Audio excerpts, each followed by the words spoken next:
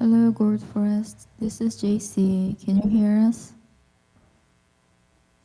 Hello. Hello. Yes, we can hear you. Thank you. Thank you.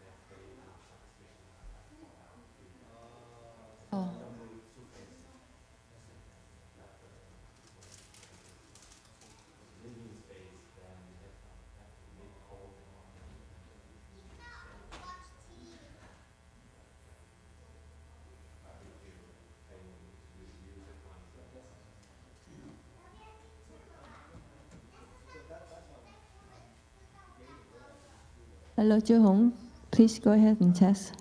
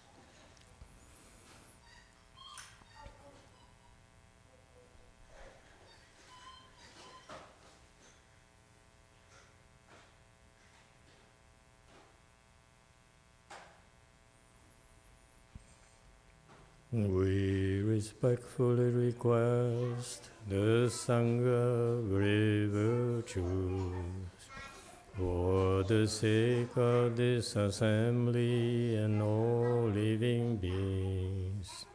Please turn the wonderful Dharma wheel to teach and guide us how to end birth and death, leave suffering and attain bliss, and quickly realize non-birth. Hướng đến đại đức tăng thịnh, phi thứ pháp hội cấp nhất thiết chúng sanh, thịnh chiến diệu pháp luân giao đạo Nam mô như há liêu sanh thoát tư ly khổ Dharma tập chứng vô sanh. Homage to the Blessed, Noble, and Perfectly Enlightened One. Nam mô Sa Đàn Thổ Sư Chế Đô Dễ Ở La Hư Đi San Miao San Bồ Tô Xế.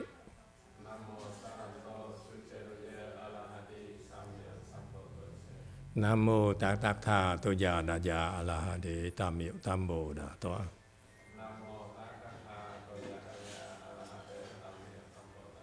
The unsurpassed, profound, subtle, and wonderful Dharma in 100,000 million aeons is difficult to encounter.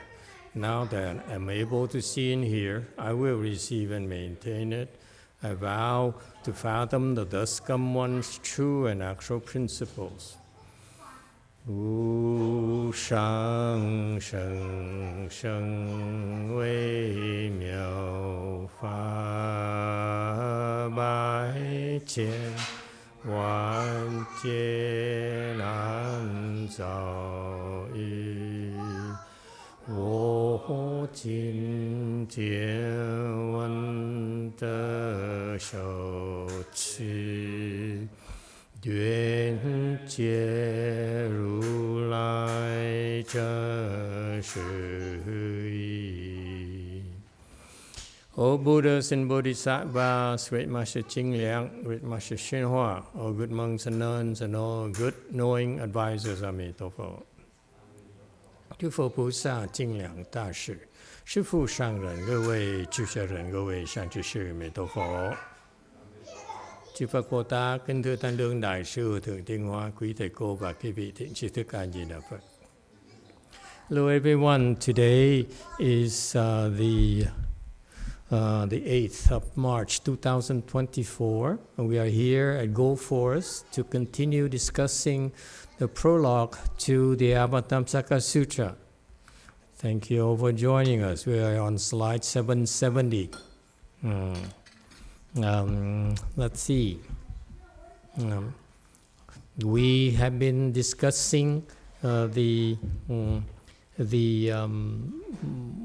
section where the ancient sages, the Dharma masters, decided to classify the Buddha's teachings, and so for the entirety of the Buddha's teaching, the Buddha Dharma, these people decided to have devise certain schemes to classify them, to help them make more palatable to us.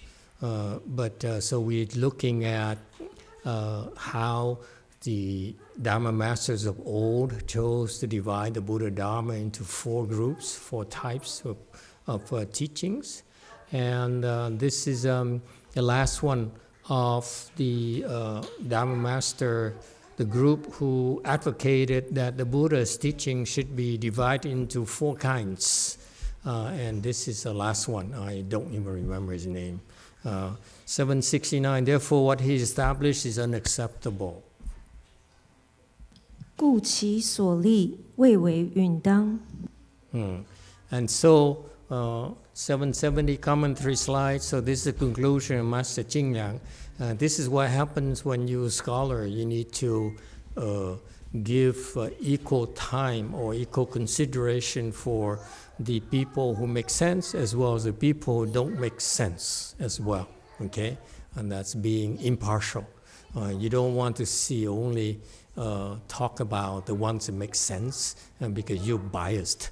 There's always a possibility that you are biased and your vision, your wisdom is limited. Therefore, you always want to make sure you present a balanced approach. That is the middle way.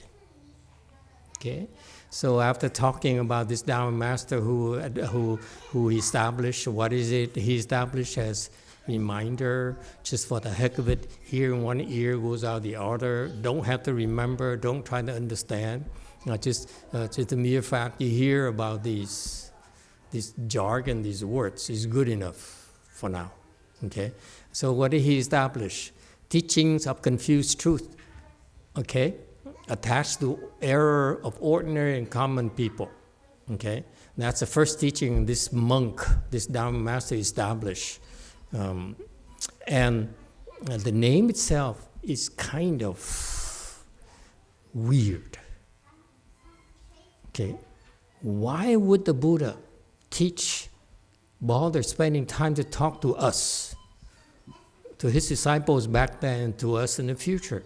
Would talk about the confused truth attached to error and ordinary people. That's nonsense. Buddha would be wasting his time talking about these people, and we'd be wasting our time learning about these things. You see? So the title itself is nonsense. When you think about it, I hear this, I say, okay, next. Yeah, time is too short. The things you need to do, okay? And therefore, why would you waste time learning the Buddha Dharma about confused truth? Buddha Dharma is wonderful wisdom, the only truth. And why would you have confused truth in that, embedded in that? Okay? Nonsense. Okay? And then teaching two vehicles. So he said, this low level, this is like worldly Dharma, where you learn from, I apologize for lack of better references. The non-Buddhist teachers, they talk about that would be classified as confused truth, attached to error of ordinary and common people. That's what they are. This is from Buddhist perspective. That's how we see them. And again, please don't quote me. I'm an idiot. I'm a small-time monk, so I have a big mouth. I talk about this, and because I know no one takes me seriously, so it's like a comedy show for you. Okay. You don't. The Buddha Dharma does not have any confused truth. Okay. I have a problem with this right away. And then the Buddha talks at least, his interest is about the two vehicles in Bodhisattva. Okay? Our initial resolve. And so now we're talking, go into the realms of wisdom, where actually you are of value to society, true value to society, not just worldly recognition, worldly benefits, and wealth, and so forth. No, it's those are temporary things. They're fun, they're nice to have, but they don't last. So that's why in the real world of the Buddhas, that Buddhas try to teach us, to make us aware of, there's a world of wisdom, and therefore teaching of two vehicles. That's good stuff. Okay. Yes, they're limited, but they are remarkable. And Buddhas later, after he taught the two vehicles, the Arhats and practical Buddhas, and then he started chiding them. He said, you are like sterile seeds and so forth. You see, Buddha is two-faced in a way. Okay, first he he praised them. He said, "You are great." But once they hooked and they become fourth stage Arhat, he turned around and said, "You are so inferior." Okay, so that's wisdom, if you will. The Buddha's teaching is, as you notice, is always two-sided. Not only one saying, "I'm great." I'm also teaching you the wrong stuff.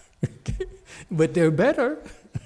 Okay, so that's why now we're talking about some useful stuff. Why do I say useful? I say useful because I see a lot of, here in Silicon Valley, a lot of these executives who are running very successful companies, well, the exception of Tesla.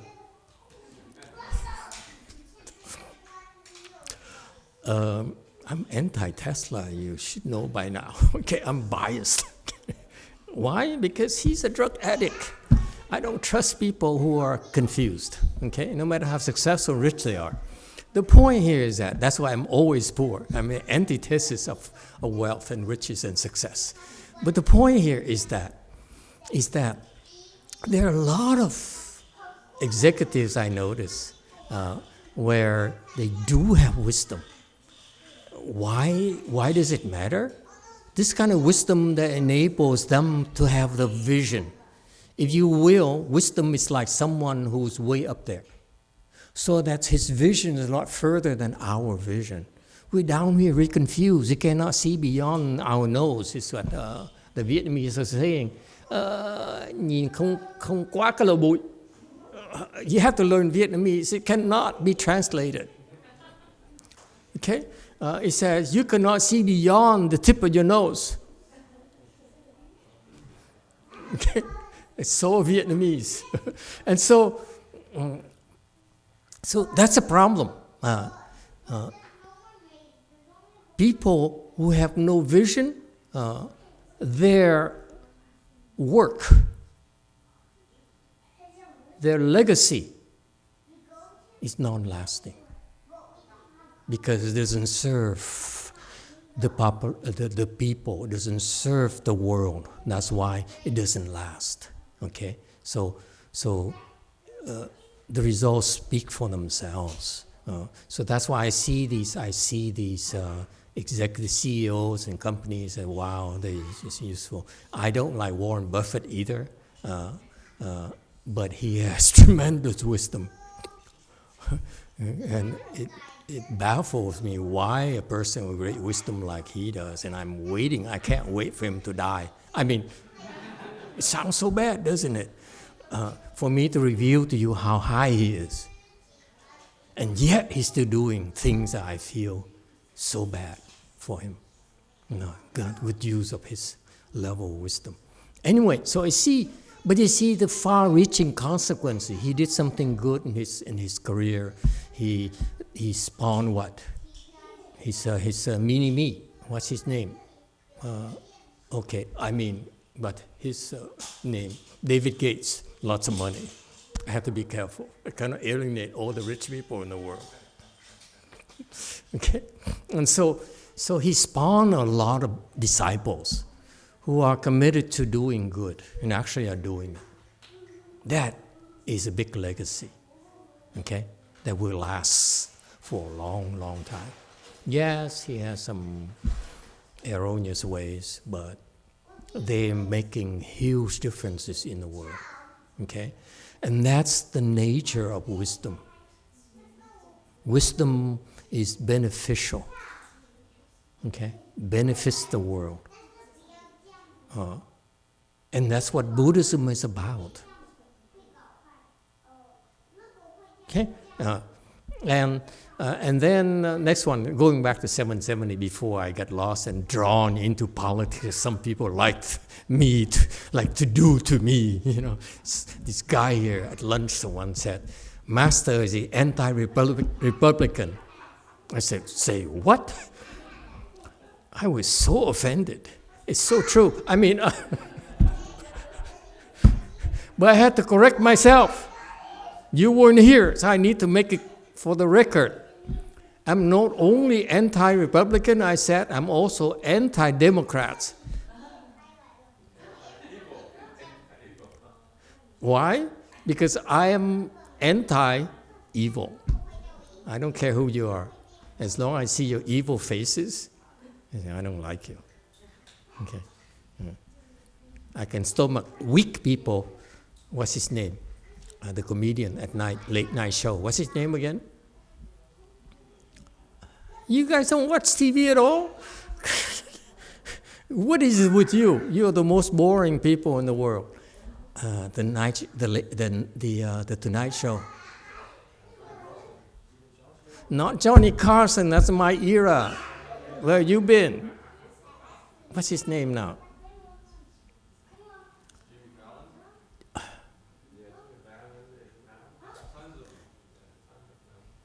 Very good. Fallon. Fallon sounds like fallen.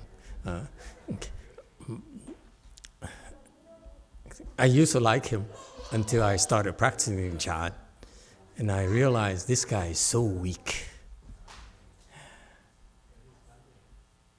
He's not even funny. It's like, you look at the wimp cracking jokes. It's a wimpy jokes. I'm kidding. I'm opinionated, that's all. Let's not get distracted. Okay. Going back to 770. Up until whole teaching of entire truth, okay, entire truth. You see, again, the name is weird. It's like the Buddha.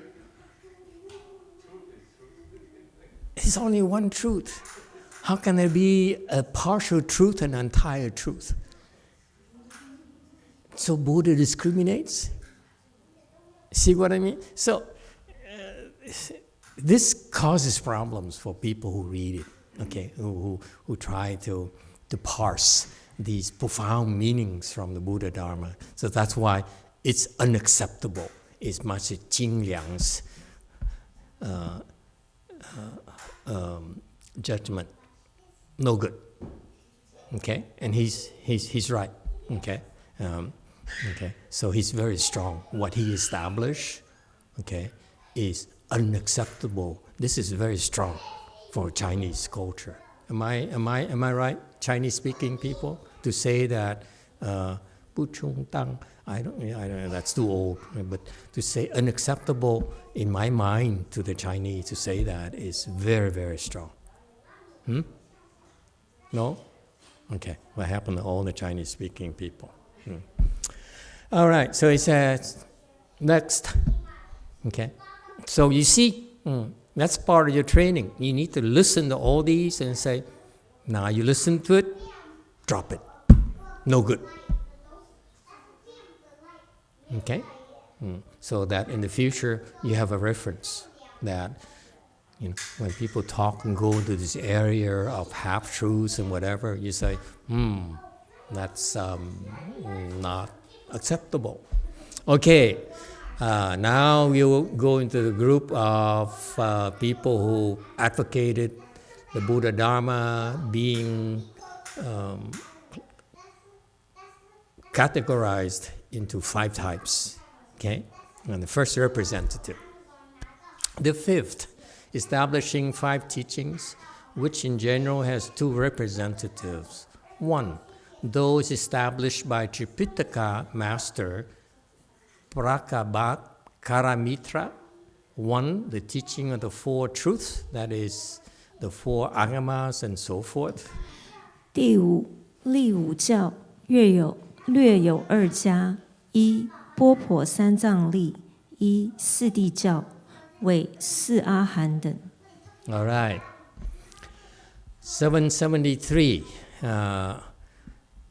Master Jing Liang says there are now the 2 groups who advocated 5 different types of Buddha teachings, has 2 representatives.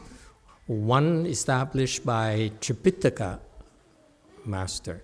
So Tripitaka is a master, Dharma master, who has mastered the whole Buddhist teachings.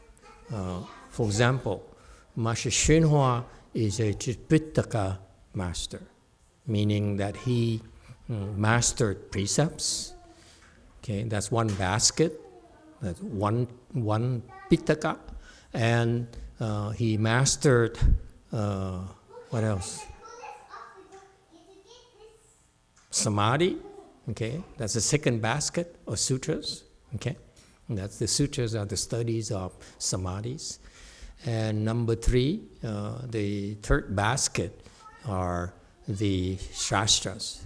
They also master the shastras. Shastras are the teachings of the Buddha's disciples, because the Buddha's teaching of the Vinaya, or the precepts, and the sutras, those 2 first baskets, are very profound, okay, multifaceted.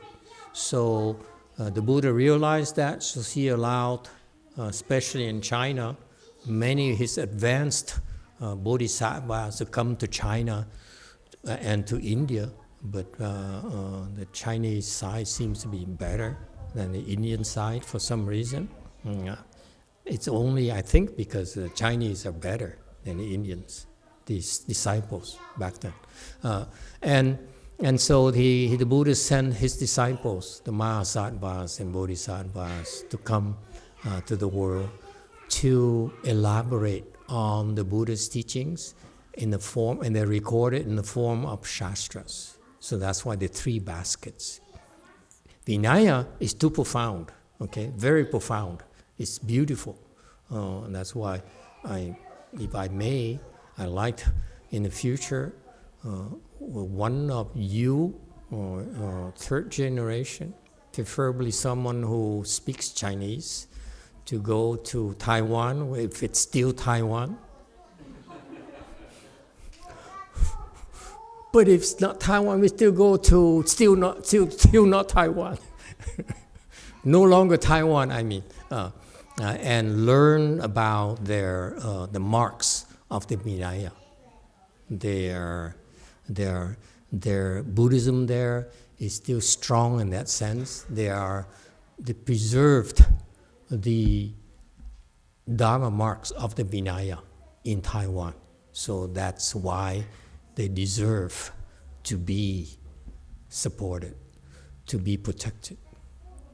Okay? I hope that it's still Taiwan until we learn the Vinaya. After that, I don't care anymore. Just kidding. It's okay. Okay, so because that's important, you need to be. Why do I say that? Because I see that's Master YongHua's weakness. He's also a Tripitaka master, but he failed to teach the Dharma marks, the marks of the Vinaya, to my generation, and it shows. Okay, because it's such a beautiful, beautiful thing. I don't understand Vinaya myself, but I was exposed to it for about 6 months. For 6 months, every day, I sat at a desk, okay, and one side are the Vinaya teachings in Chinese, and the other side is a dictionary. So back and forth, one character at a time, let me tell you. Which means that I didn't understand much at all. Okay? And so, but the exposure to those descriptions is tremendously helpful. And which I don't see in Master YongHua's teachings, because these Dharma marks, these Vinaya, even though you don't get it, it's important for you to be exposed to it. We need that in our country, in the U.S. here, to preserve it, so that when you meditate, you get them later.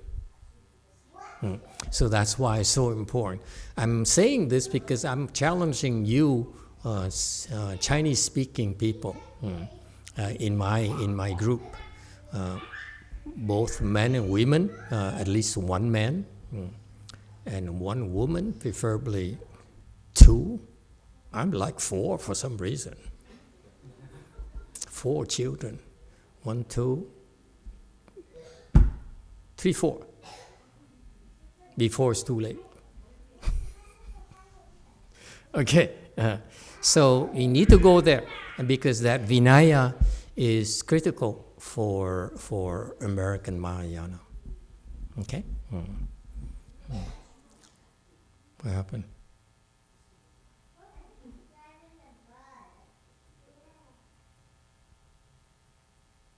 Yeah. So that first basket is very important, and then we have the sutras, of course. So that's why you have a Tripitaka master. So this master here is pretty impressive to be a Tripitaka master. Master Xinhua, even though he never went to had a formal education. He stopped at 8th grade, our equivalent 8th grade from his education,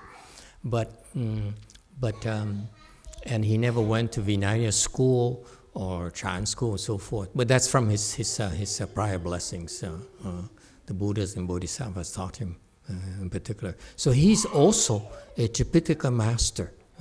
So it's very difficult to get this designation, Tripitaka master, because it's your peers who confer upon you. It's not like you can bribe someone.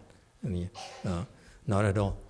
So this master has wisdom, and unfortunately, in my era, in my generation, we have no Tripitaka master at all, which is a big problem for us. So the 5 teaching has 2 camps. This is Indian monk who came to China during the Tang Dynasty. His name translated as Bright Friends. Because he was clear about principle and how to be a friend and got along with everyone very well. That's too Chinese. Okay. Actually, this explanation here is a translation from Master Xinhua's Chinese explanation. Actually, to me, Ming You here is actually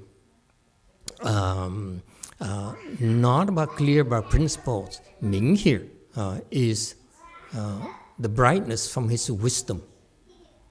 Okay, Master Prabhakara Mitra has real wisdom. That's why he has this Ming. Therefore, it is he has the clarity and the brightness from his wisdom.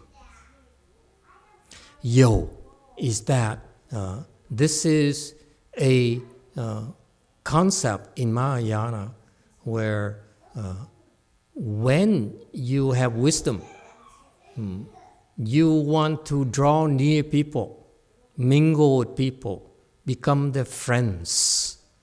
That's why it's a yo. So this now its name is very, very meaningful. It's not because get along with people. No, it's about he seeks out people and connects with them. Okay? So it's not like here in the West where we have marketing, we go and we seek to sell ourselves to others and become popular, make more money and so forth. No, Ming You here is actually, Yo here is the befriending people, making yourself available and suffering with them so that you're able to help them without them knowing it. Okay? And that's an act. That's what wise people do. Okay, and so that's why his name is his master gave him his name here to remind him what he's supposed to do. Open his wisdom first. Okay, become enlightened, and that shine the light of wisdom upon the people that he gets close to. That's very Mahayana. When you have wisdom, you draw near people. Because when you have wisdom, you're naturally radiate this brightness that ordinary people cannot see, but that's what you do. And when you do that, you actually need to draw near people, go near people, so that they can benefit from your brightness, from your clarity of mind. All right? And so this is very Mahayana concept. Okay? So he studied with half-word and whole-word teachings. Half-word is Hinayana, whole-word teachings is Mahayana. He's very well educated, okay? Very well educated here. Is in the sense of worldly education, which is important. I feel very important because it's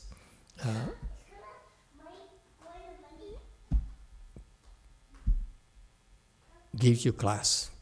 Reach the state of having no mark of self, of others, of living beings, and of entities with lifespan. Okay, this statement here from Master YongHua, I don't know where he got it from. I trust his sources. Master YongHua, as far as I know, he may not have a formal education, but he has spiritual penetration. So whatever he gave us came from references that he could pick it up from the air. He had this eye here. I will not tell you which eye. And he looked and said, oh, this is so interesting. Okay? And he then explains to us. So his references are superior because his level of wisdom is high. So whatever he chooses to be his reference to quote from is very good.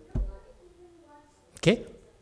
So when he said that somewhere in his teachings, as maybe he saw himself, we don't know, okay?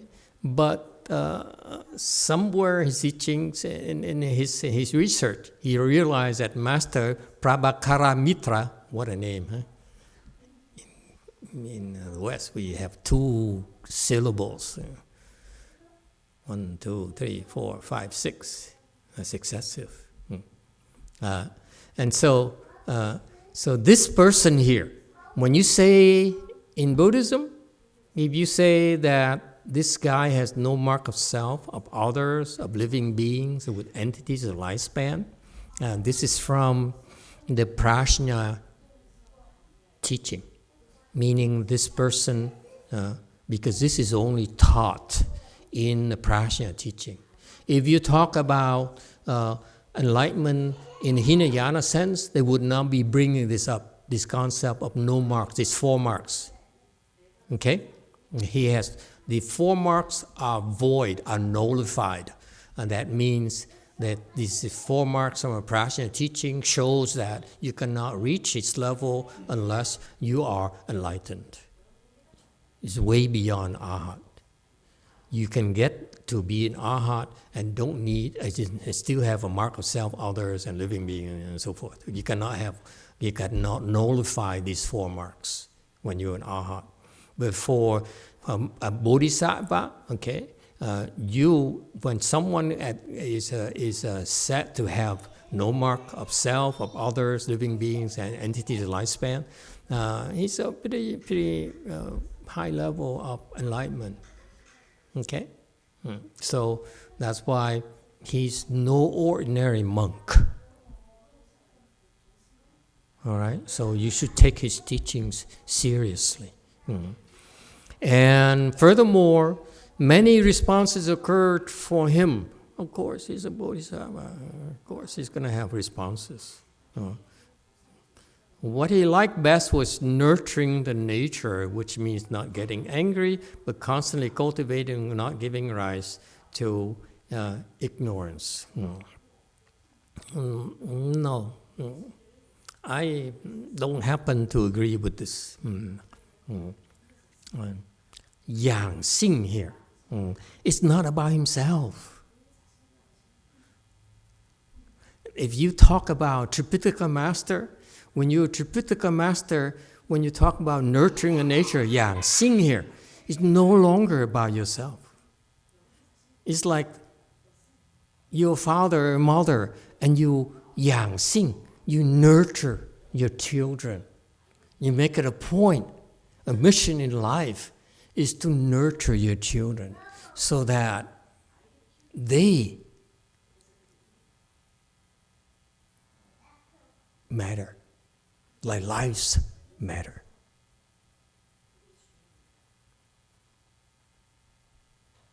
Okay?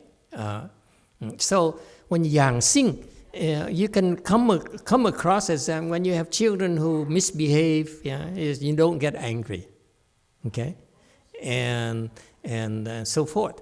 But yang xing here is more and more than that. It's about helping you nurture the Buddha nature in you, helping you grow and become enlightened.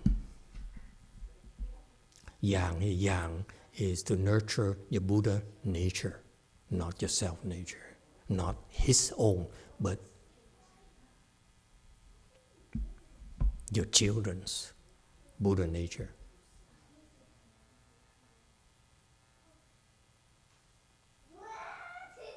Okay? Different vision, as I said. Okay? Same word, but different vision, different scope. All right? Why do I say that? For a master, for a monk, to be called Tripitaka master, and then to go from India to China to make the trip, which is very arduous, very difficult, a lot of suffering. Okay? You have calluses in your feet. They walked. Okay? Monks cannot ride horses. Don't ask me why. Okay? We can ride buffaloes, but no horses. It's kind of weird, isn't it? It's okay for us to ride water buffaloes. Okay? You ride water buffalo with a little whip and then gently, of course. Okay. But we cannot ride horses. Okay? So anyway, so for him to do that, and to be called Mingyou, and to be to his preferred approach is yang xing. To me, it's got to be a lot bigger than the way that Master YongHua explained it. Okay? 774. He traveled extensively on vacation, but it wasn't to play. Okay. There again, here, I don't know. I don't have the exact Chinese things, but let's take this concept here in English alone. You travel on vacation. You have wisdom. You're a Tripitaka master. You have heavy responsibility on your shoulders. You're a Mingyou. You're a bright friend. Okay, a friend of wisdom. Okay, and you are yang xing. You want to nurture people's nature, Buddha nature. Okay? And yet he traveled extensively on vacation. That is to tell you that this person here, this 6-syllable Dharma master, the 6-syllable name Dharma master is superior monk. Okay? That he can combine both cultivation and traveling. Back then, there's no Netflix. Nowadays, you want to travel, get on Netflix. It's a lot cheaper and faster. Okay? And so, I like this. This guy is something else. And for him to go on vacation and then finally decide to go from India to China, he's cool. Okay, he taught and transformed living beings everywhere he went. That's why he's on vacation. Okay, he also had a certain amount of spiritual penetration. He shipped near to China, and then went many hardships and difficulties. Of course, it took him 5 years. 5 years. just to go from India to China. Okay.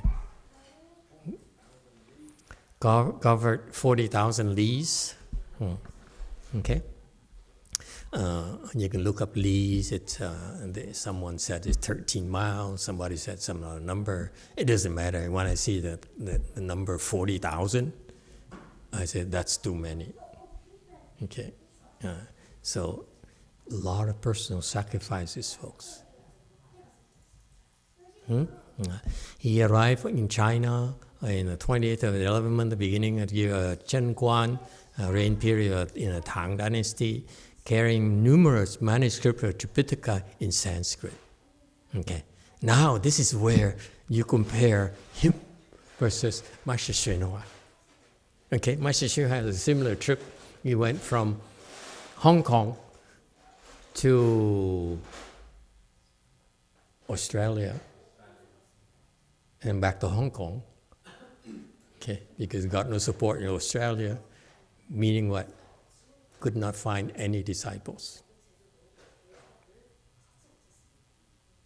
It's not because he got no money, because he could find no one worthy to be transmitted Mahayana back then.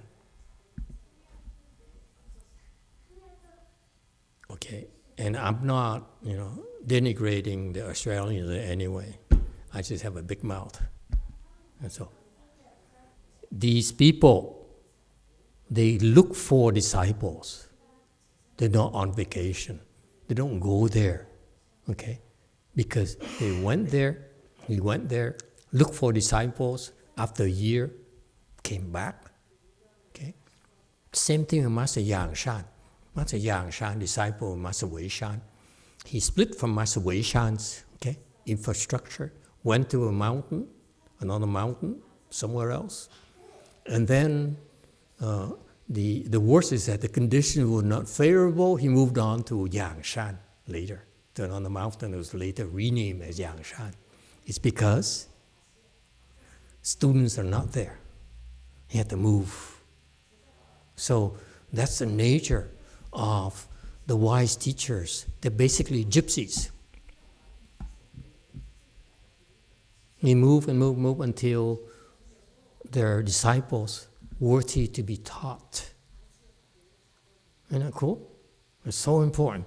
So anyway, so he 5 years covered, okay, and now same thing. He went. You see, this is for 5 years. He carried so many manuscripts in Sanskrit.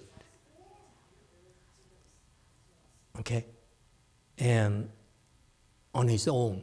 So there's no details about who was with him and how he carried it. Is it on a horse? Because you remember, we're not supposed to ride horses and so forth. And so it's a lot of hardship involved and a lot of painstaking things to protect the manuscript, because that's his life purpose, is to bring them from India to China.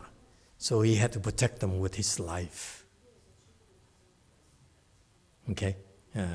And not to mention that if we were to put a hands on those manuscripts, we'd be so rich. Anyway, priceless nowadays. So we went numerous manuscripts, okay, of the Tripitaka in Sanskrit.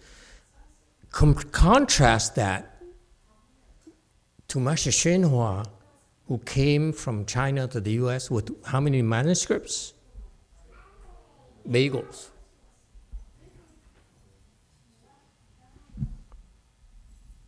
And so you can tell the difference in abilities between this monk versus Master YongHua. Kind of cool, because Master YongHua, whenever he wants to read something, he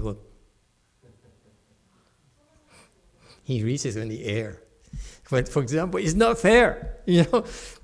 I heard his disciples, they committed to memorizing, for example, the Shrangama Sutra. Another lady in her 50s, I saw her in his townhouse in West Covina. He allowed her to go into seclusion to memorize the Avatamsaka Sutra. Heng Qi, who's then now a layperson, was in seclusion for 3 years, and he memorized the Shrangama Sutra.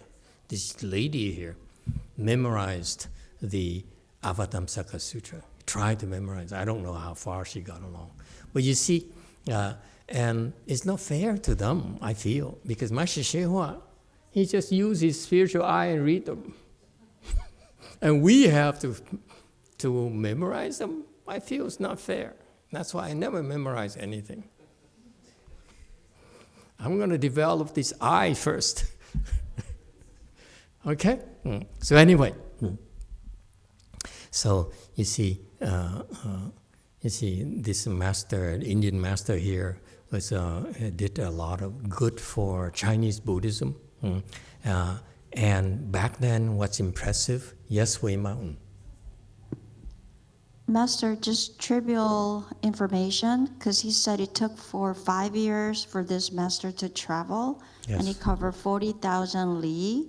Yes. 1 li is 0.4 or 0.5 kilometer. So I divided by 5 of 40,000 li, and then divided by another 365 days. It comes out as he walked 11 miles every day to cover that 40,000 li. 11 miles every day. That's a lot, isn't it? Back then, no road. Yeah, and then there's mountains, and then rough terrains, and then there's bad weather, India to China, and there's a lot of snow and mountains, okay? So it's And not he has 11 miles a day. And he has to carry the sutras too, Yeah. and food. How did you do it? That's amazing. It's amazing. It's so impressive. Well, thank you. I think it's Can we trust arithmetic? I have a PhD here who's in statistics, and every time I ask her a question in math, she gives me the wrong answers.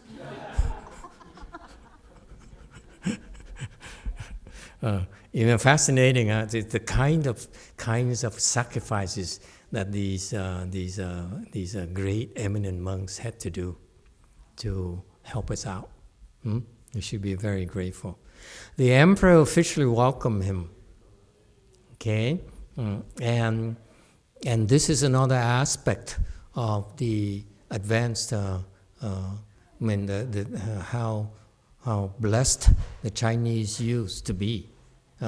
They have so many blessings that they had emperors who would value Mahayana and would sponsor the teachings of propagation of Mahayana in the country, because they happen to believe that it's good for the empires. Okay, so very impressive. So back then, that's what you need to do to propagate the Dharma. You need support from the state sponsorship, and you still see that in the areas and various areas of the world where the economies are strong. Okay, there's a concerted effort from the state to sponsor Buddhism. I'm thinking of Thailand. Very strong support from the state until now. Okay, and then Korea. Okay, and the Koreans, differently from the Thais, that they also support the churches the churches as well. So they sponsor a lot of religion, which is good for the soul of the country. Okay, very, very good thing. So you see, in those countries, you see that the economies are consistently good, and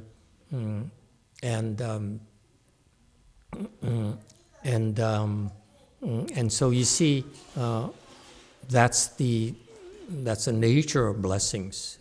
You have these leaders, these people who have vision, and they are motivated by the desire to benefit their people. Okay, and so the difference between those states versus ours is that there is a balance of in the pursuits of both materialistic things as well as spiritual. That's a balance.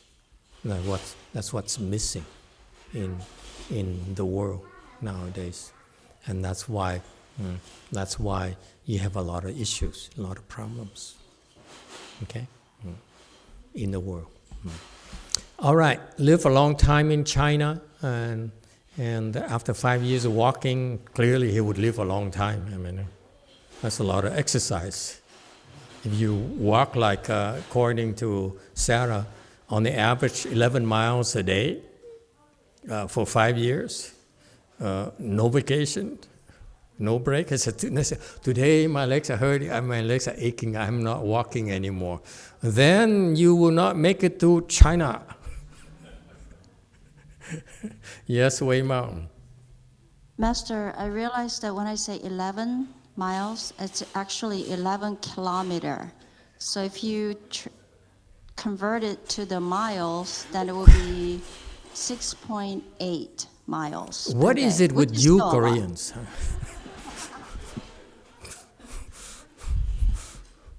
Sang-wook, did you start this? Is it like you always off with your math? Your arithmetic's not even math. Anyway, but thank you for your clarification. 6 miles, if you ride a bike, 25 minutes. What do you mean, huh? That's slow, okay? It's very leisurely. 25 minutes, 6 miles.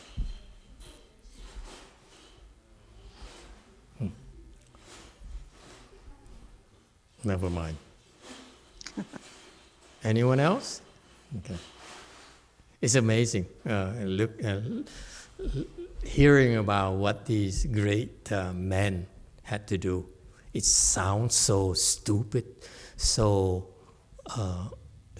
nonsensical for a Indian monk to travel, take 5 years out of his life instead of going on vacation. He traveled from India to China and carried a bunch of manuscripts, a lot of manuscripts. Okay? And it's amazing to see, it sounds so stupid, so absurd, and yet, look what he did for us.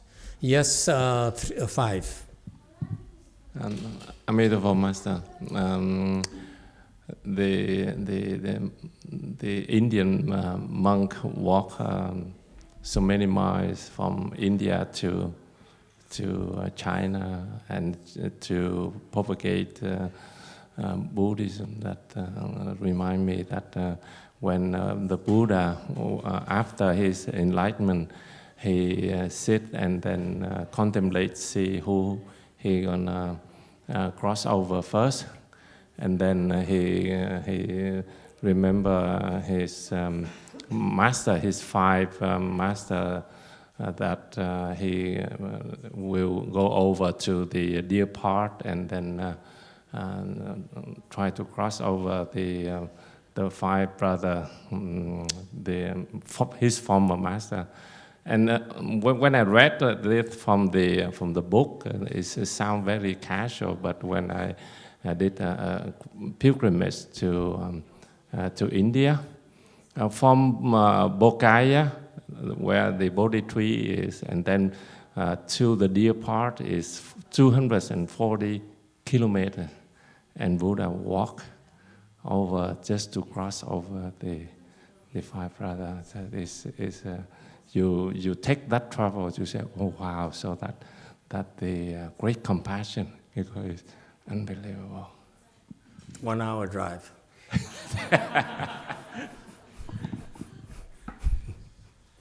Yes, absolutely. You see, this is what differentiates wisdom from ordinary people, is that they do things that are so beneficial to us. They save us at great personal sacrifices. Okay? That's what it takes. That's how great men behave. They do it because it's the right thing to do. Okay. Anything else? See how well behaved the kids are tonight?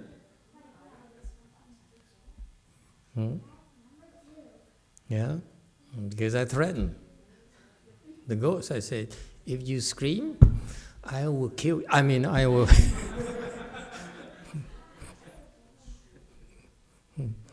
Okay. 775. The teaching of the Four Truths. Okay? And that's the Four Noble Truths. This is the fundamental part of wisdom. Okay? We're talking about people's... nowadays, when you talk to people and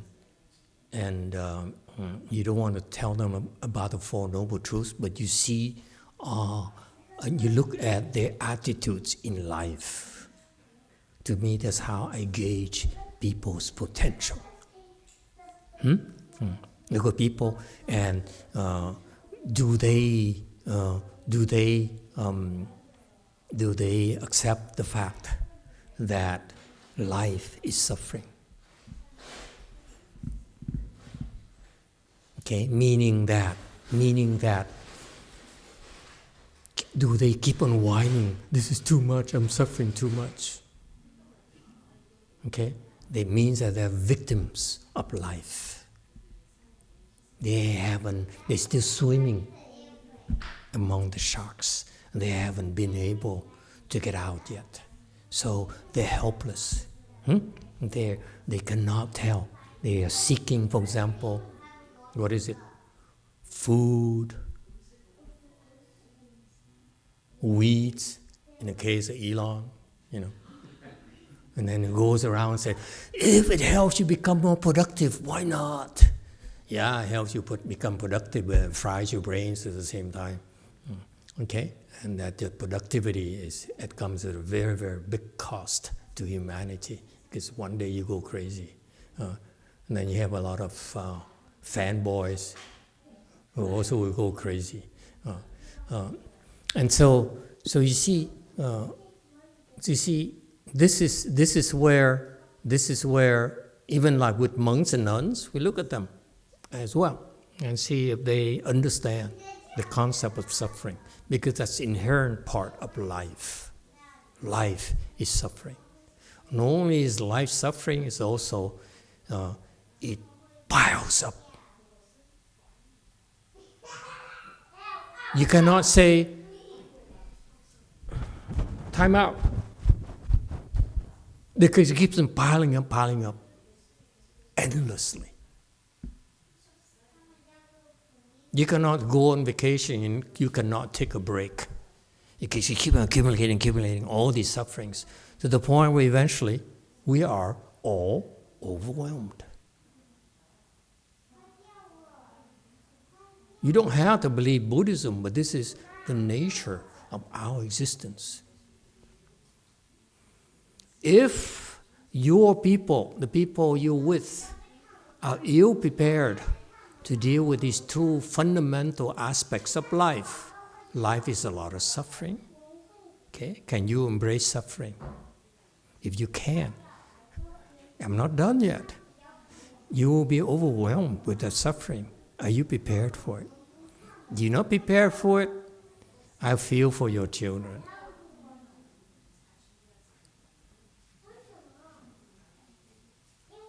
We all are continually pushed to our breaking points.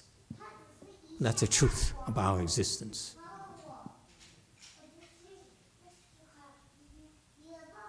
Until you accept that, you'll never be able to find happiness or meaning in your life.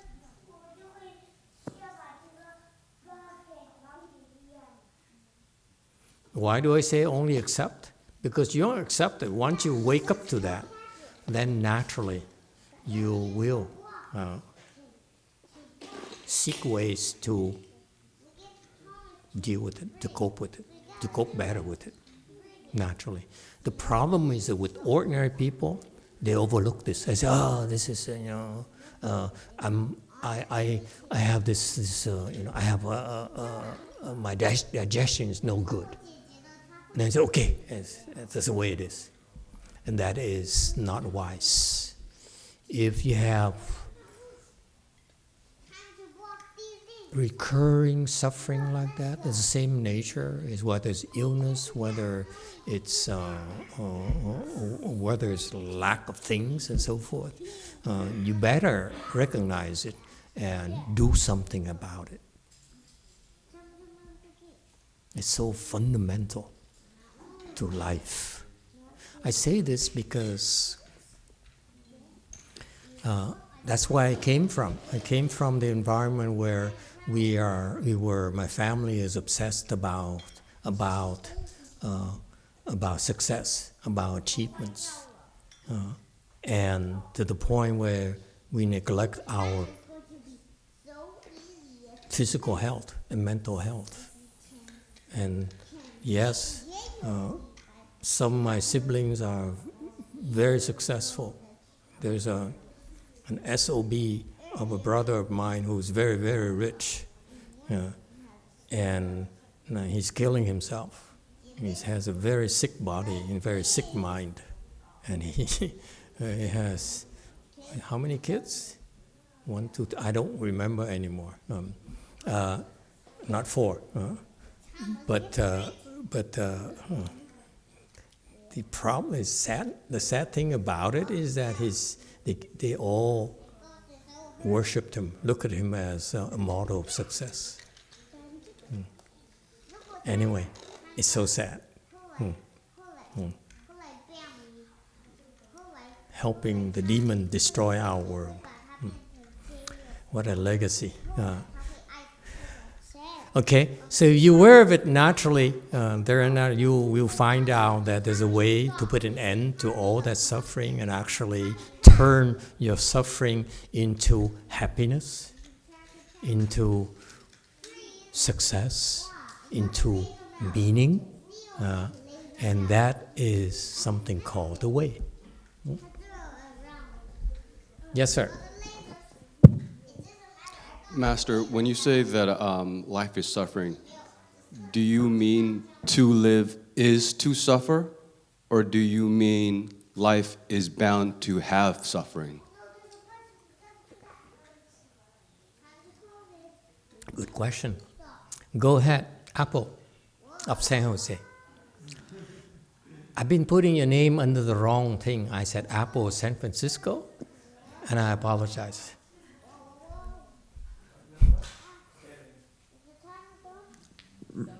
Repeat the question. When the Master says life is suffering, does he mean to live is to suffer, or does he mean we're bound to suffer in life?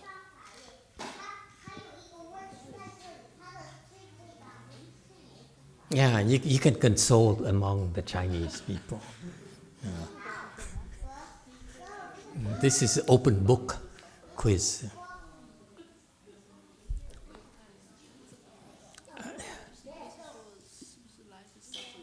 There's so many Chinese-speaking people here tonight. It's bound to have an answer somewhere. You would like more time? I don't understand the second options, but I think life is suffer. Life is suffering. Yeah. Are you depressed? What? Are you depressed? I was depressed. You were? Yeah. I think I'm better than before. Okay. What do you think, Master? Let me ask the questions. Okay. Okay, so you agree that life is suffering. That's what she says. Life is suffering. And the second question is: is it the case that suffering is bound to happen in the future? That's the second. Yes. Okay. I paraphrase them. See, they talk big, but we Chinese people are coarse and rude.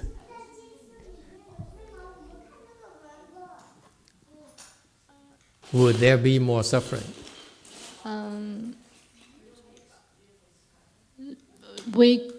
If we cultivate, we can decrease we can be better, not too much suffer, except the leg pain.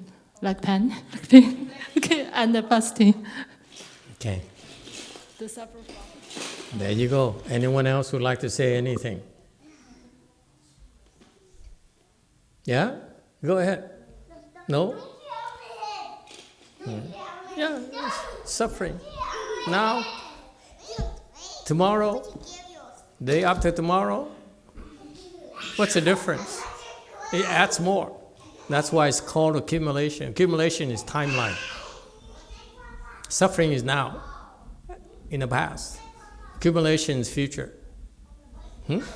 Suffering is you suffer. Look at where you came from. Look how much suffering you're experiencing right now. Okay? And then the next truth is that it doesn't stop, man. It will get worse. Why? You disagree? But I'm not always suffering. You don't always suffer? No. Good for you. We're not asking you to suffer.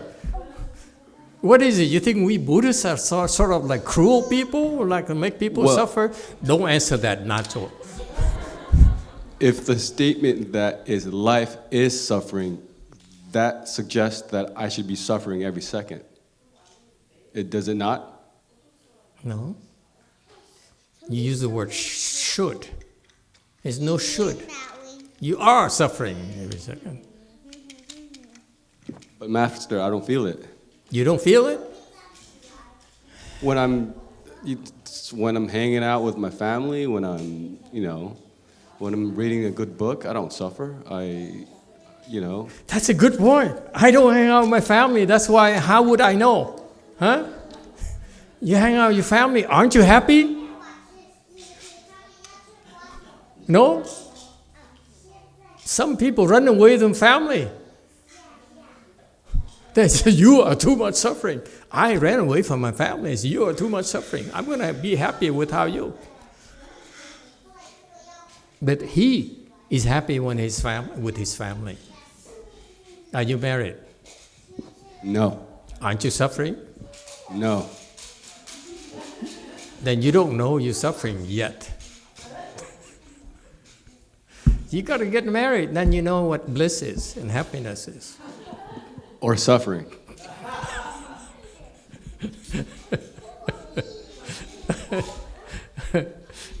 Okay, so just for the heck of it, as long as you hear, who thinks marriage is suffering? Raise your hand, please. Look at them, all the married people.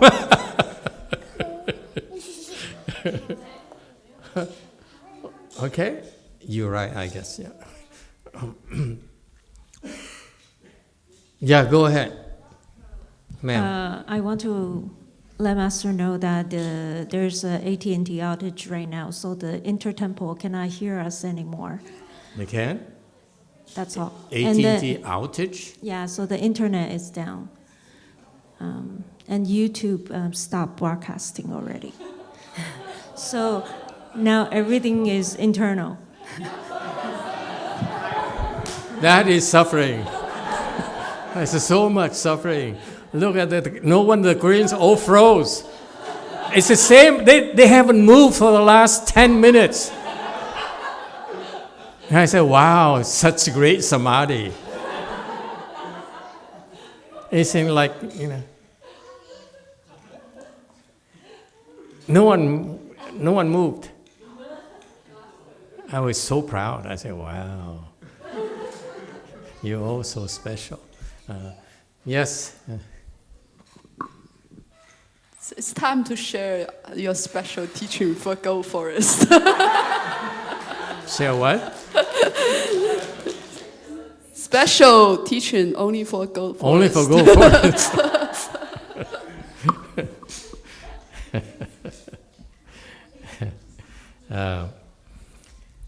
I explained to him what suffering is. He's talking about suffering, he doesn't know what suffering is. Someone explain to him what is suffering. Suffering has 3 kinds of suffering. Okay? That's the first kind. When suffering has 3 kinds, 8 kinds, 10 kinds, whatever. But keep it simple. 3. What are the 3 kinds of suffering? To see if he has it. Anyone? What's the first kind of suffering? Yes. 2. Suffering of itself. Itself, like suffering of itself or the self. Suffering of the self. Yep.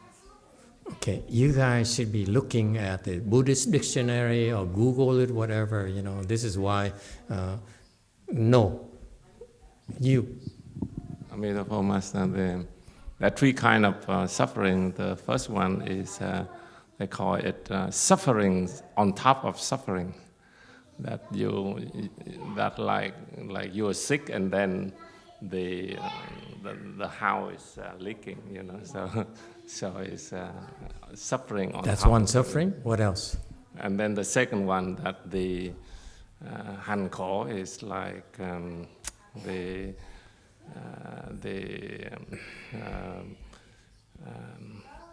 the suffering of the movement or the daily. How come no one is checking the Google thing or the dictionary? Come on, Sarah, don't be so lazy. And the third one is the decay of the Huai that's the decay of the body or the deterioration of the self, that the suffering. Okay, close enough. Go ahead, Sarah. Let's get the official version, not the Vietnamese, The suffering of per Yongse. The second one is the suffering of change, the suffering of existence. 3 sufferings. 3 sufferings per Google.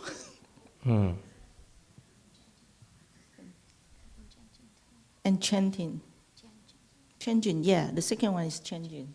Suffering of suffering, changing, and then the suffering of existences. Suffering of decay. Decay. All right. Suffering of Hanko. Okay. So basically, what he's talking about is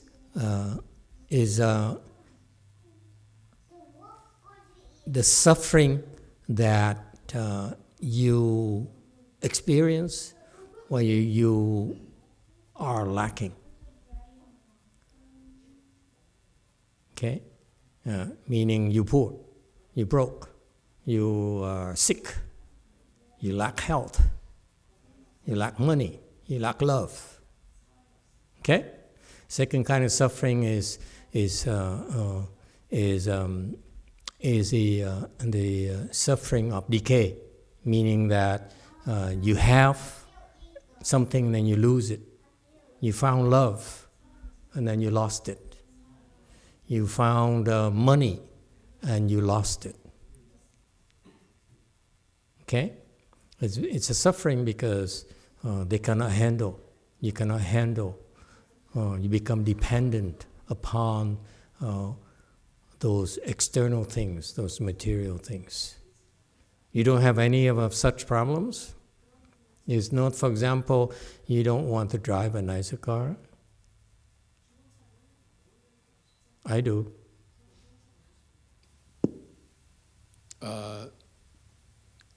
I don't have as many of those desires. But there's certain things that are lacking. It would be nice to have, yes? Yes, but I don't feel, and this may be me lying to myself, I don't feel that makes me suffer. I just work towards what I desire because it's my nature, but having, what am I going to do? Okay, so it doesn't bother you as much. Okay, we can buy that. We are open-minded. Not completely. We don't force you on that. You suffer a little, not as much as we Buddhists like to say. Okay, like the broadcast. That's what you're telling us. Yes, I'd like to have a nicer car, but if I don't, but eventually I might. Okay, so it doesn't bother me as much. But there's a small amount of suffering. I don't know if suffering for me is the right word. Maybe I'm being too, intellectual or something. It doesn't hurt. When I think of suffering, I think of, the only thing that I think of that makes me suffering is the idea of my parents dying. Short of that, what makes me hurt? Nothing else. Unfortunately, you are unrealistic. There's a scale. There's a whole spectrum here of suffering. In Buddhism, there's a spectrum of extreme suffering to minor suffering. That's life. Everything has a scale, the whole spectrum. So as long as you have a minor thing, yes, I've suffered, but it doesn't bother me. That we can buy. Okay? Suffering of decay, meaning that have you experienced a big loss in your life yet? For example, your wife is planning on divorcing you.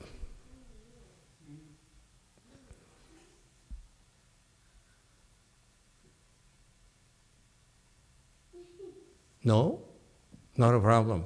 Well, I mean, I've had heartbreak, yes. Heartbreak? Yes. So you experienced suffering before? Before. Not now? Not now. Okay, in that fine. sense, yes. But you say, so I experienced surfing in the past, but not now. I'm sort of mildly suffering. We can buy that, okay? Is that a problem? Let's not force it down his throat. He's really not Buddhist yet. Okay? Third one, suffering of change. Okay? What is it? It refers to the fact that your mind is continually thinking.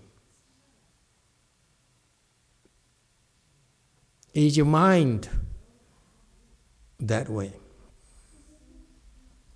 I'm not talking about suffering yet. I'm talking about, can you put yourself in a place where your mind can be at rest and not racing constantly?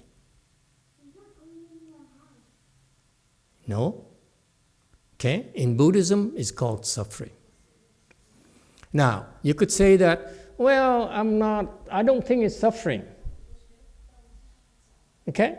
So we went through, we have minor suffering here, minor suffering there, especially the threat that your parents might die tomorrow. There's a fear there. Yeah? That's suffering of decay. It's a fear of decay. Okay, it doesn't bother you. And then there's the suffering of change where your mind is racing constantly. It cannot rest. You cannot find rest. Yeah? That's what Buddhism, the three kinds of sufferings are about. You say, oh, it doesn't bother me. My mind is racing. It doesn't find rest. Okay? Okay? Then, the wise Buddhists would say that you're suffering and you don't realize it. Because you don't have to. Why would you be willing to live with the fact, accept the fact that your mind is always racing, always thinking, always plotting, always scheming? Because that is suffering. If you had a choice, you would be I'd rather rest. Let me take a break. No thinking. 1 minute. You can't do that, can you? That's why you're suffering 24 hours a day from Buddhist perspective. Just because you don't see a suffering, but for the Buddhists, you are suffering. Okay, now, we're not saying you must accept it. We're just telling you that from our perspective, there's this concept of suffering here applies to everyone. And just because you don't see a suffering, very much like, sir, your body is dying right now. It's not getting any younger. You're dying.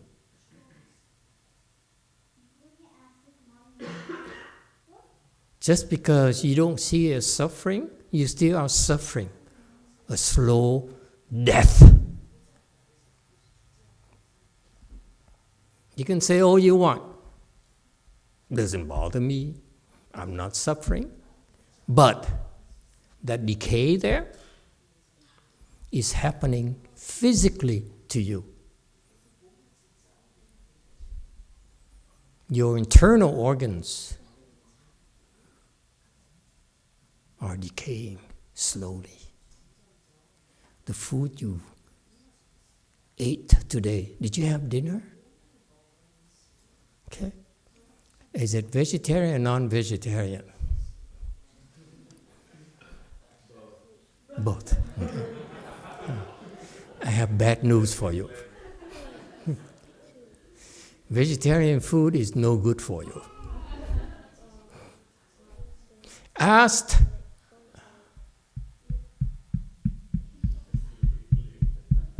she's gone now. I cannot find my witch anymore. There's some Eastern doctors who've been teaching us about detoxifying our body, to the point where today I talked to a woman disciple of his. She says, I believe in him, so every 3 months I detox myself. Okay? Why? Because wisdom has it that what you eat every day is slowly poisoning you. So you better detox yourself, detoxify yourself. There's wisdom there. And that will help you become healthier. I agree with it. I just don't detoxify the way they do, but there's a principle behind it. You ignore your physical well-being, you simply are decaying faster, that's all. And that is suffering. Whether you experience it or not, you are dying, my friend. You are dying slowly every single moment. And is it suffering? Yes, sir. It's suffering because, let me tell you, look inside your heart. There's this suffering called fear of death that you don't dare look at.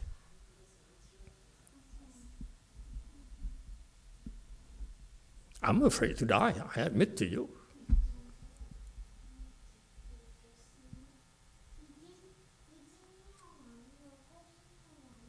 If you harbor any kind of fear, because when you spell it out, suffering within suffering, suffering and decay, suffering of change, whatever. The bottom line is that this fear, every time you wake up in the morning, immediately that fear app, the fear program is loaded and says, I don't want to die, I'm afraid to die. And I can't do anything about it because my body is dying. And so it doesn't help for me to look at it, so therefore let's not look at suffering, let's look the other way. That is suffering. Okay? And then I could go into 8 kinds of suffering and demonstrate to you, even in much more explicit terms, the nature of your suffering. Sinh lão bệnh tử, birth, aging, sickness, and death. The 4 sufferings that no one can be free of, including Buddhas. Buddha is born, suffering of birth. You don't remember anymore, do you? Okay? Aging, that's what I just talked to you about. Sickness, you will experience sickness. You are a lot sicker than you think, according to this acupuncturist. Okay? And then death. You are dying, my friend. That's the 4 constants that no one is above. That is suffering. Okay? I don't want to get you depressed. Okay? And then you say, okay, it doesn't bother me. So I suffer a little. Let me ask you. How about suffering of being apart from the one you love? That's number 5. Suffering to be near the one you hate. Look to your right. Okay? Suffering of not getting what you want. For 10 years, I've been dropping into my beloved disciples. I want a red car.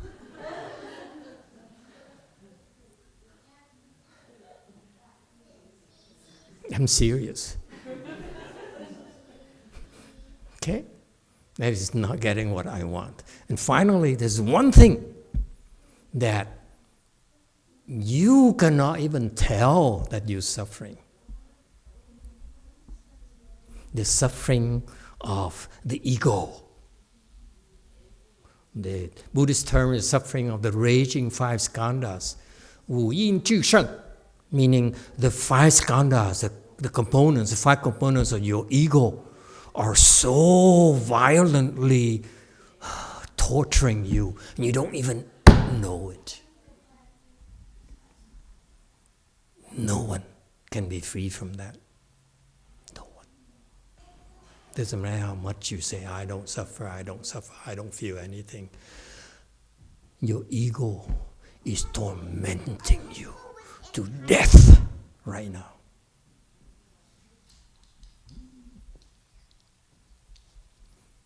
So the point being that I respectfully disagree with you. Just because you say it's not that bad doesn't mean you're not suffering. My point being that it's a lot worse than you are aware of. Just because you don't feel you're suffering doesn't mean that it's not that bad. It's a lot worse than you think.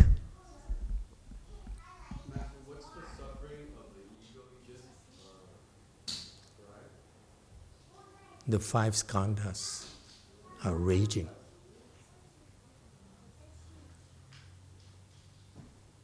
It's tormenting you day and night. That's how precise the Buddhists are about suffering. We know a lot more about sufferings, and the more you meditate, it will become clearer and clearer. The more you meditate, the more you realize you're suffering. It doesn't sound right. Until the more you become aware of the extent of your suffering, the more chances you have to put an end to all of that and turn it around.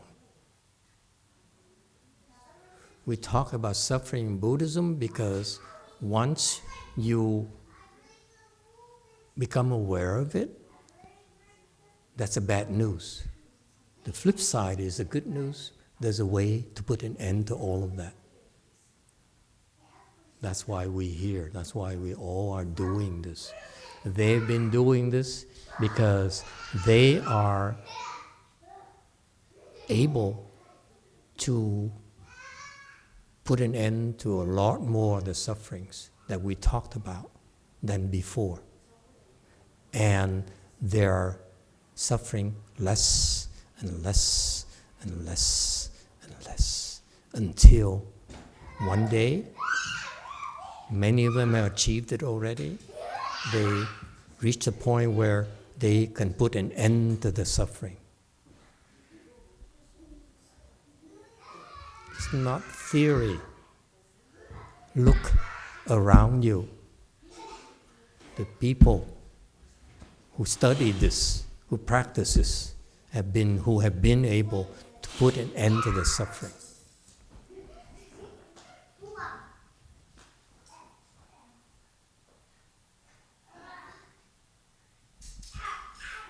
Anyone else? Yes, Macho Nacho. Emitofuo. I feel like nachos tonight. Yeah. Emitofuo Master. So I remember when I was in Spain, I was talking with my family about this, and they say that they didn't see that life is suffering, but they say that it's like they don't suffer because like maybe in 1 month they are going on vacation, so even though now they are sad, it's like they have that in mind. So at some point they also say that they were suffering, but it's like they always have something in the future that is going to make them not to suffer. Yeah, it's okay. They don't suffer, it's good for them. Nothing wrong with that. If people will not experience suffering, if it works for them, we're happy for them. So in Buddhism, we don't try to say, you're all suffering, you are doomed, and repent and so forth. No, it's not what we are about. We are saying that this is an unalterable truth called the Four Noble Truths that is affecting our lives. That depict the nature of our lives. And if you don't buy into it, that's okay. Nothing wrong with it. But if you buy into it, this is when you have a chance to rise above it. That's all. We're not force-feeding people about these four sufferings at all. Okay? It's about the fact, this is the nature of our approach.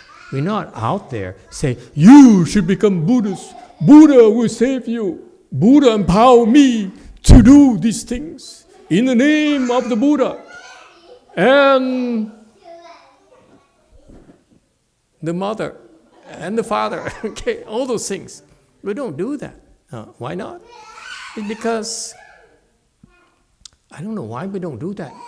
Tell me again, why don't we do that?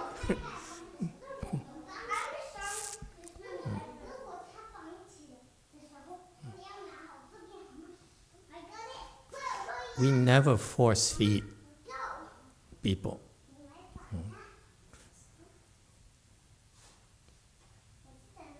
And finally, I'd like to stop here tonight.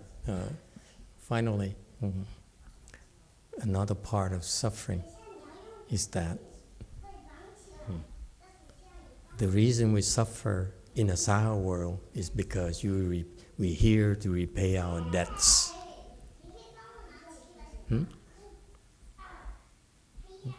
That's why we suffer. The principle is we come to the Saha world to repay our debts. To suffer is part of the debt repayment, is to suffer. Yes? Look at ourselves. When we buy a car and borrow from the bank to buy the car, sign a loan there. Anyone sign a loan, bought a car recently? They force you to sign a contract. It says, you agree to finance this car, and if you don't come up with the money, even if you pay it cash, come up money within 2 days, 10 days, whatever, you apply for this loan here. So what happened is that as soon as you sign it and say, okay, I come back tomorrow with the money, they say, okay, no problem. What happened is that they immediately send in the application for your loan to the bank.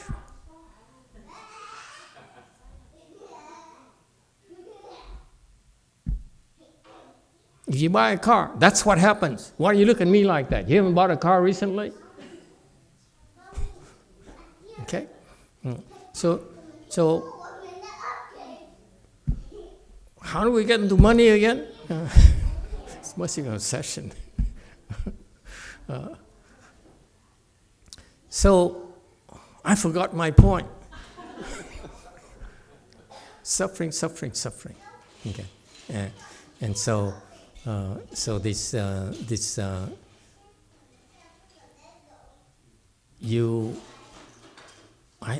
there's a very important point I try to make before I close. Just like you finish with a bang, but then my bang is not coming in my mind right now.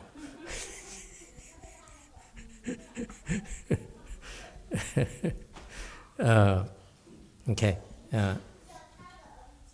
So Buddhism, we don't force upon you about the suffering, accumulation, extinction, the way and so forth. It's about wisdom. The reason you suffer is because when you borrow money to buy a house or a car, you're very happy, right? You're glad to sign the paper. It only hurts when you start having to pay. So that moment when you sign the document, you just say, oh, this is so nice. I'm going to drive away with the car. And then you buy a car. Those dealers nowadays, they do something very nasty. They say, don't come out yet. Give me 10 minutes. You haven't bought a car yet, have you? You don't. I feel sorry for you. You go to work, but you don't enjoy your money. And so you come out 10 minutes, okay? You come out, they put a big ribbon on your car. Like in the commercials. On TV. And they say, isn't it nice? I said, oh wow, it's for me? So yeah. So they said, would you like to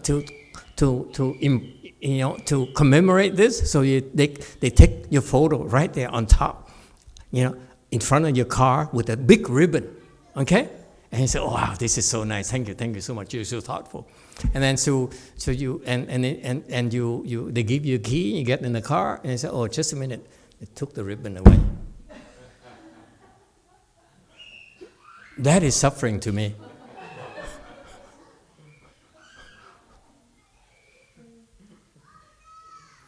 So the point is that this suffering, because when we come to our world, in principle, we're here to repay our debts. And that is suffering. Like it or not.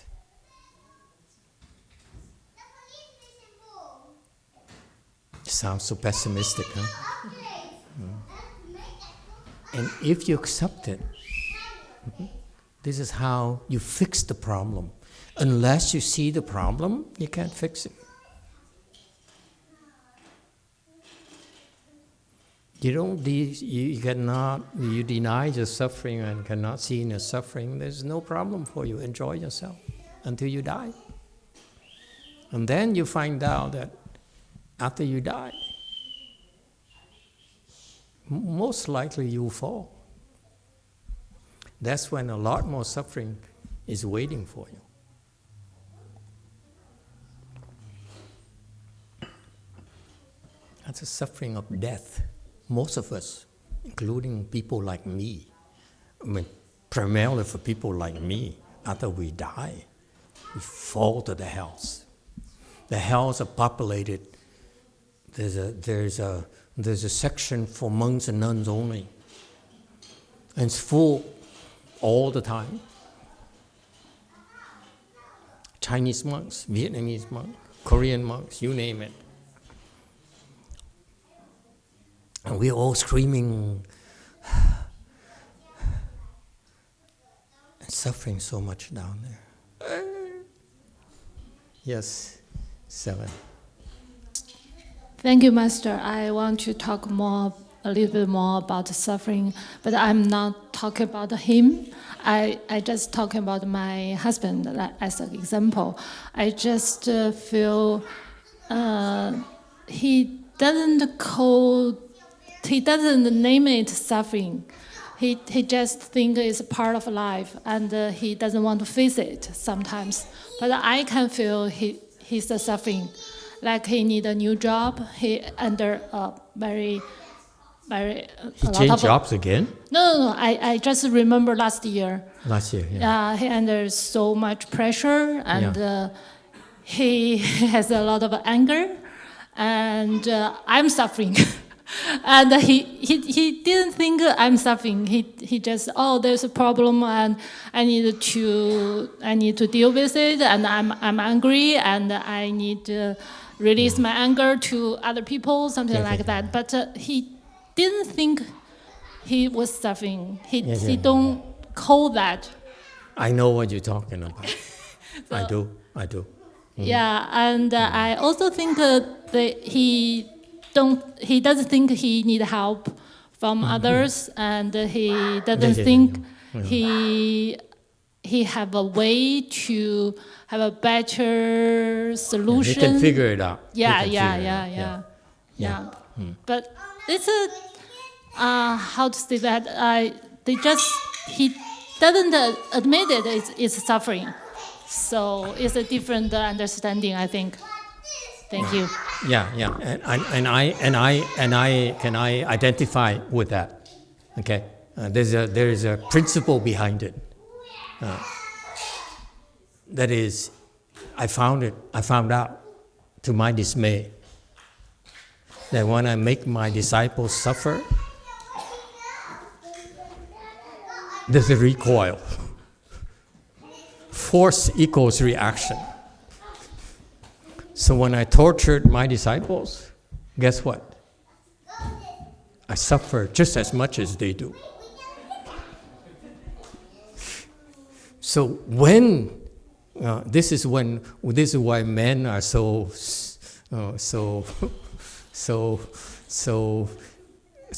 blissfully ignorant. If you make your wife suffer, guess who's going to suffer ultimately? Huh?